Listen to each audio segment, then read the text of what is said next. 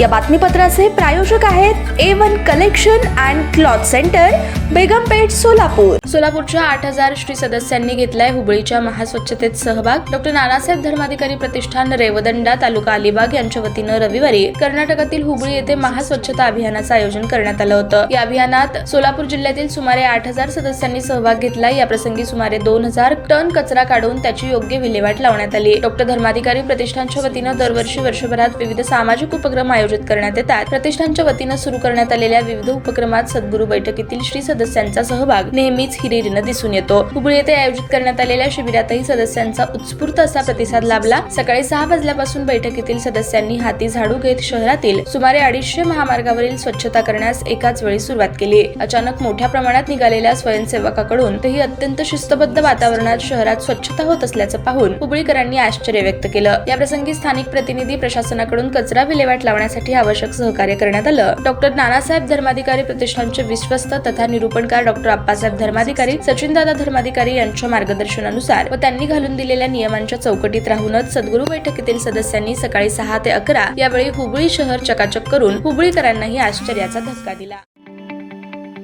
ताज्या बातम्या पाहण्यासाठी प्राईम महाराष्ट्र न्यूज चॅनलला सबस्क्राईब करा।